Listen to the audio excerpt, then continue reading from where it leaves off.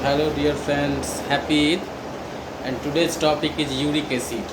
Today I will talk about the uric acid. Uric acid is a general problem. Uric acid, first question is uric acid है क्या, ये आपको जानना है। सबसे पहला टॉपिक, अगर आप लैब में काम कर रहे हैं या कोई पैरामेडिकल स्टूडेंट है तो सबसे पहला क्वेश्चन होगा कि यूरिक एसिड है क्या। तो यूरिक एसिड है क्या, तो एक लाइन में सुन लीजिए जो आपको टिप ऑफ द टंग रहना चाहिए। Uric acid is the end product of purine metabolism. क्या समझ रहे हैं? Uric acid is the end product of purine metabolism. Purine metabolism का लास्ट वाला भाग जो है वो होता है यूरिक एसिड। समझ गए? कोई भी आपसे पूछेगा कि यूरिक एसिड क्या होता है तो आपको बोलना है।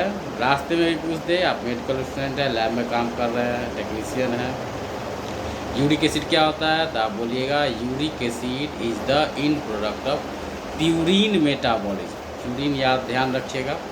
उसके बाद यूरिक एसिड जो है लार्ज अमाउंट में बॉडी से बाहर निकलता है किडनी के द्वारा। ये चीज़ आपको ध्यान में रखना। इसीलिए KFT में किडनी फंक्शन टेस्ट में यूरिक एसिड टेस्ट हम लोग करते हैं। सेकंड क्वेश्चन आ गया, यूरिक एसिड टेस्ट हम लोग किडनी फंक्शन टेस्ट में क्यों करते हैं, तो बोलना पड़ेगा यूरिक एसिड लार्ज अमाउंट में किडनी द्वारा बाहर निकलता है, इसीलिए हम लोग क्या करते हैं, excreted to the large degree by the kidney.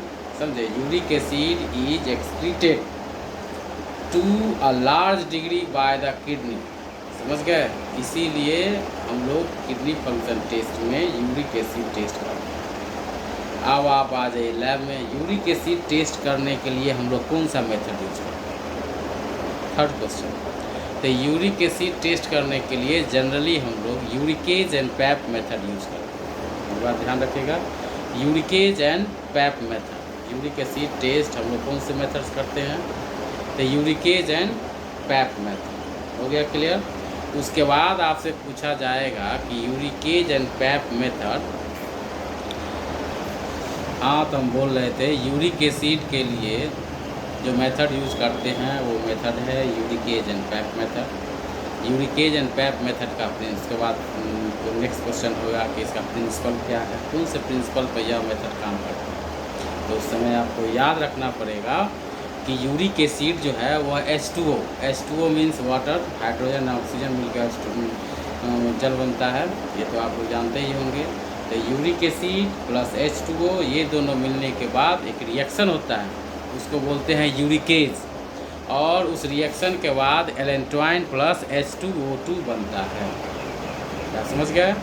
Uric acid plus H2O मिलके यूरिकेज रिएक्शन होता है, और रिएक्शन होने के बाद जो बनता है एलेंटोइन प्लस H2O2। H2O2 मतलब हाइड्रोजन पेरोक्साइड। हाइड्रोजन पेरोक्साइड वो फर्दर रिएक्ट करता है 4 amino antipyrine plus phenolic compound से। वो हाइड्रोजन ऑक्साइड रिएक्शन करता है 4 एमिनो एंटीपायरिन प्लस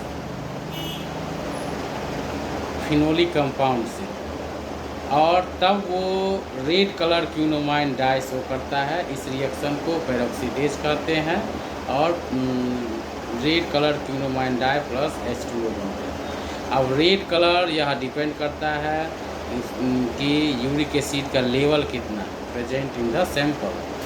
समझ गए? Intensity of the colour form is directly proportional to the amount of uric acid present in the sample. Sample में कितना यूरिक एसिड है उस लेवल पे डिपेंड करेगा कलर। अगर जिसका यूरिक एसिड ज़्यादा रहेगा उसका कलर जो है रेड, कलर थोड़ा ज़्यादा डीप होगा, रेड कलर होगा। सेम टू सेम है आपका, याद करिएगा। H2O2 ब्लड शुगर के बारे में लास्ट वीडियो में मैंने बताया था कि ब्लड शुगर जो ऑक्सीडेज पेरोक्सीडेज टेस्ट रिएक्शन होता है उसमें बताया गया था कि वहाँ भी 4 एमिनो एंटीपायरिन के साथ H2O2 रिएक्शन करता है, और वहाँ पे रेड क्यूनोमाइन डाई शो करता है, जिसके कारण जिसका ब्लड शुगर बढ़ा हुआ रहेगा उसका देखिएगा जो आप लोग टेस्ट सैंपल होगा, टेस्ट होगा, उसमें कलर पूरा रेड आएगा।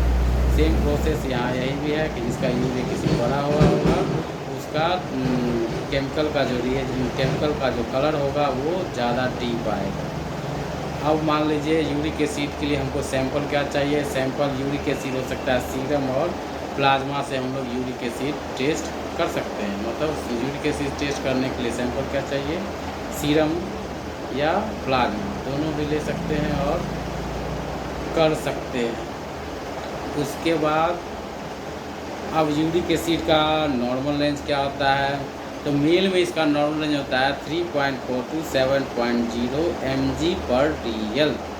मेल में यूरिक एसिड का नॉर्मल रेंज होता है 3.4 से 7.0 mg/dl एंड फीमेल में इसका नॉर्मल रेंज होता है 2.5 से 6.0 mg/dl। ठीक है, ये हो गया।